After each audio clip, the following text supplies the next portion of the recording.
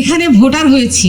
আমি কিন্তু আসলে কখনো জনপ্রতিনিধি হিসেবে কাজ করব সেটা না, মানুষের মনের মাঝে পৌঁছানোর জন্য, মানুষের কাছাকাছি যাওয়া, এটা আমার স্টুডেন্ট লাইফ থেকে আমি এই সংগ্রামী জীবন, এই লাইফ লিড করছি। ছাত্রী সংগঠন থেকে শুরু করে আমি ঢাকায় জন্ম বড় হওয়া, এই উদ্দেশ্যেই কিন্তু মাটি মানুষের সাথে মিশে যাওয়ার একটা উদ্দেশ্য নিয়ে আন্দোলন সংগ্রামে একাত্ম হওয়ার জন্যই কিন্তু আসলে এই মুক্তাগাছায় আমার বিয়েটা হয়েছে, বৃহত্তর একটা লক্ষ্য উদ্দেশ্যকে সামনে রেখে। এবং সেটা ব্যক্তি স্বার্থ থেকে দিন হচ্ছে জীবন উদ্দেশ্য। আমার উদ্দেশ্য এটাই ছিল, দিনকে জীবন উদ্দেশ্য হিসেবে নেয়া, যাকে জীবনসঙ্গী হিসেবে গ্রহণ করলে আমার দিনের কাজ গণমানুষের জন্য আমি কাজ করতে পারবো, অবারিত সুযোগ পাবো। আলহামদুলিল্লাহ, আল্লাহ রাব্বুল আলামিন আমার সেই নেক উদ্দেশ্য পূরণ করে দিয়েছেন।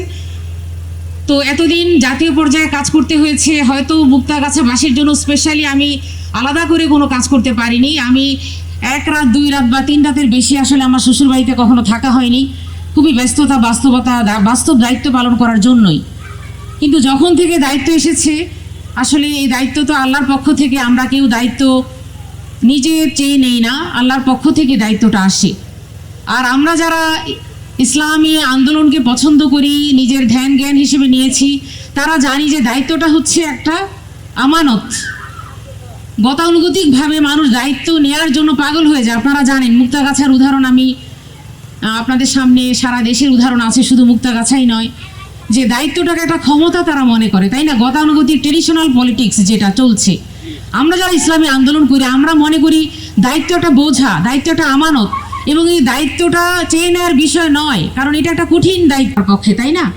আমি মনে করি এটা মানুষের ভালোবাসা, মানুষের একান্ত মনের চাওয়া প্রত্যাশা পূরণের জন্যই মানুষ কিন্তু এমনভাবে সমর্থন দিয়েছে।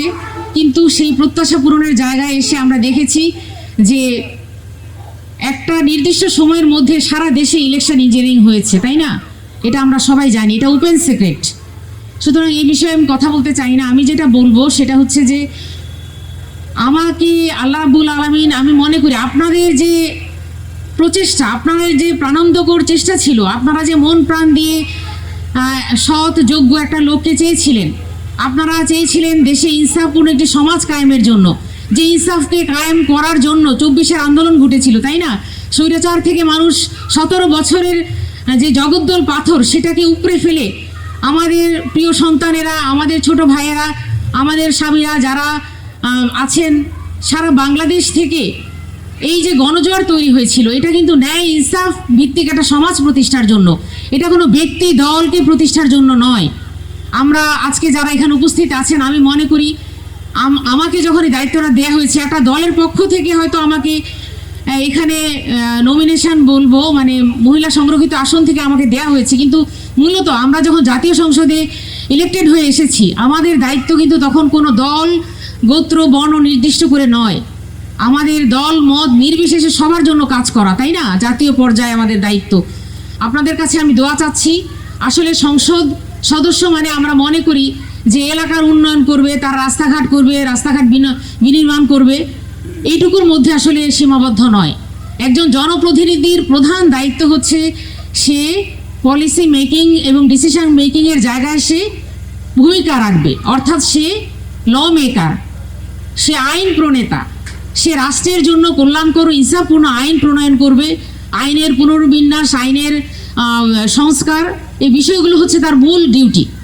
আমরা জানি আমাদের দেশে নারী সমাজকে আসলে অবহেলিত করে রাখা হয়েছে। 51% নারী বাংলাদেশে, অর্থাৎ পুরুষের চেয়ে বেশি, অথচ এই নারী সমাজ সবচেয়ে বেশি অবহেলিত। নারীদের উন্নয়ন মানে একটা সমাজের উন্নয়ন। সেই জন্য আমরা নারী পুরুষ আলাদা ভেদাভেদ করে দেখব না। আমি মনে করি আমরা সবাই একটা সমাজে একটা পাখির ন্যায় দুটো পাখা, একটা পাখিকে উড়তে গেলে যেমন দুটো পাখার দরকার হয়, তেমনি এই সমাজকে কাঙ্ক্ষিত লক্ষ্যপানে পৌঁছানোর জন্য আমাদের নারী এবং পুরুষের উভয়ের ভূমিকার দরকার। আমি আশা করব আপনারা সবাই সহযোগিতা করবেন। মুক্তাগাছায় অনেক আমাদের সম্মানিত আলোচকরা বলেছেন অনেক কিছুই নেই, এখানে রাস্তাঘাট ভালো নেই, জলাবদ্ধতা, এটা সেটা অনেক কিছু বললেন, কিন্তু আমি মনে করি মুক্তাগাছায় অনেক কিছু আছে। পজিটিভলি বি পজিটিভ, আমাদের পজিটিভ হতে হবে, তাই না? আমাদের যে জনসম্পদ রয়েছে, আমাদের যে তারুণ্যের শক্তি রয়েছে, মুক্তাগাছার যে ঐতিহ্য রয়েছে, এত পুরনো একটি থানা মুক্তাগাছা সারা বাংলাদেশের মধ্যে, তারপরে এখানে অনেক ঐতিহ্যবাহী অনেক বিষয়গুলো আছে, এগুলোকে যদি আমরা প্রায়োরিটি দিয়ে এখানে আমরা মুক্তাগাছাকে গঠন করার জন্য সমন্বিতভাবে চেষ্টা করি, তাহলে আমি মনে করি মুক্তাগাছা বাংলাদেশের 1 নম্বর একটি থানা হিসেবে সারা বাংলাদেশে মডেল হিসেবে আমরা নিয়ে যেতে পারবো ইনশাআল্লাহ। তো আমি আপনাদের কাছে দোয়া চাচ্ছি যে আমি আপনাদের জন্য আপনাদের বোন হিসেবে আমি মনে করি, আপনাদের কাছের মানুষ হিসেবে আপনাদের কাছাকাছি যেতে পারি। আপনারা যখনই যে সমস্যায় পড়বেন আশা করি সেগুলো আমাদের কাছে পৌঁছে যাবে, আমরা আপনাদের কাছাকাছি হওয়ার চেষ্টা করব সামনে আরও অনেক অকেশানে। তো আপনাদের পক্ষ থেকে যে কোনো ধরনের সহযোগিতা, আমার পক্ষ থেকে কোনো মানে হেজিটেশন থাকবে না আমাকে পৌঁছানোর ক্ষেত্রে। আশা করি আপনারা সেভাবেই আপনাদের বোন মনে করে, আপনাদেরই একজন মানুষ মনে করে, কারণ আমি কিন্তু ঢাকায় জন্ম বড়, আমার এলাকা হচ্ছে আমি উত্তরায় থাকি, সেখানে আমি স্থানীয়, আমি কিন্তু সেখানে কিন্তু ভোটার হইনি, আমি ভোটার হয়েছি এই মুক্তাগাছাকে ভালোবাসি বলে। এই আমি যদি মৃত্যুবরণ করি তাহলে আমার কবর কিন্তু এই মুক্তাগাছায় হবে, তাই না? সুতরাং এই যেখানে আমার মাটি, যেখানে আমার কবর হবে সেই এলাকাটাকেই কিন্তু দায়িত্ব বেশি আমি মনে করেছি এবং সেটাকেই প্রায়োরিটি দিয়েছি। আমার যে বরাদ্দ আমার উপর শপথ নেওয়ার পরপর এসেছে, আমি বরাদ্দের আপনার 2/3 বেশি আমি মুক্তাগাছায় ব্যয় করার চেষ্টা করেছি। আপনারা দোয়া করবেন আমরা যেন ইনসাফ ভিত্তিক একটি সমাজ প্রতিষ্ঠা করার জন্য যে ধরনের লোক বল দরকার, আমরা সবাইকে যদি মুক্তাগাছাকে ম্যান পাওয়ার হিসেবে আমাদের তরুণ শক্তিকে কাজে লাগাতে পারি, তাদেরকে দক্ষতা ভিত্তিক উন্নয়ন, তাদের দক্ষতা বাড়ানো, স্কিল ডেভেলপমেন্ট প্রোগ্রামগুলো আমরা নিতে পারি, নারীদের কর্মসংস্থানমূলক কর্মসূচিগুলো আমরা নিতে পারি এবং সমাজকে মাদক মুক্ত, সমাজকে দুর্নীতিমুক্ত করার জন্য সমন্বিত প্রচেষ্টা দরকার। আমি সবার কাছে দোয়া চাচ্ছি।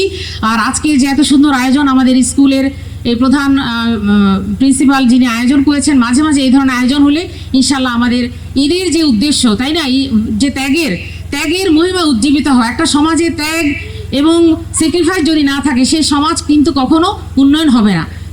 পরস্পরের জন্য আমরা ত্যাগ করব, স্যাক্রিফাইস করব। ঈদুল আজহা আমাদের সে শিক্ষা দেয়, সবাইকে সাথে নিয়ে আমরা সুখে থাকবো, দুঃখে থাকলে সবাইকে নিয়ে আমরা দুঃখ ভাগ করে নিব ইনশাল্লাহ। তাহলে আমাদের এই সমাজটার এই দুর্নীতি পরায়ণ যে একটা অবস্থা আমরা দেখতে পাচ্ছি এটা থাকবে না এবং আমাদের সমাজে তরুণ শ্রেণীকে যেভাবে বেকার করে রাখা হয়েছে ইনশাআল্লাহ এই বেকারত্বের অভিশাপ থেকে আমরা মুক্ত করার চেষ্টা করব। আল্লাহ রাব্বুল আলামিন আমাদের সবাইকে সেই তৌফিক দান করুন। সবাই মিলে আল্লাহ রাব্বুল আলামিন বলেছেন, ইয়া আইয়ুহাল্লাযিনা আমানুসবিরু ওয়া সাবিরু ওয়া রাবিতু ওয়াত্তাকুল্লাহা লাআল্লাকুম তুফলিহুন। হে ঈমানদার লোকেরা, তোমরা ধৈর্যের সাথে, তোমরা দৃঢ়তার সাথে, প্রতিযোগিতার মাধ্যমে তাকওয়া অবলম্বন পূর্বক তোমরা এগিয়ে যাও, আশা করা যায় তোমরা সফল কাম হবে। আসুন আমরা দৃঢ়তার সাথে, আমরা ভালো কাজের প্রতিযোগিতার মাধ্যমে এবং আল্লাহর উপর সবর ধৈর্য নিয়ে এগিয়ে যাই। আল্লাহ রাব্বুল আলামিন আমাদের দুনিয়া ও আখিরাতের সাফল্য দান করবেন। আসসালামু আলাইকুম ওয়া রাহমাতুল্লাহি ওয়া বারাকাতুহু।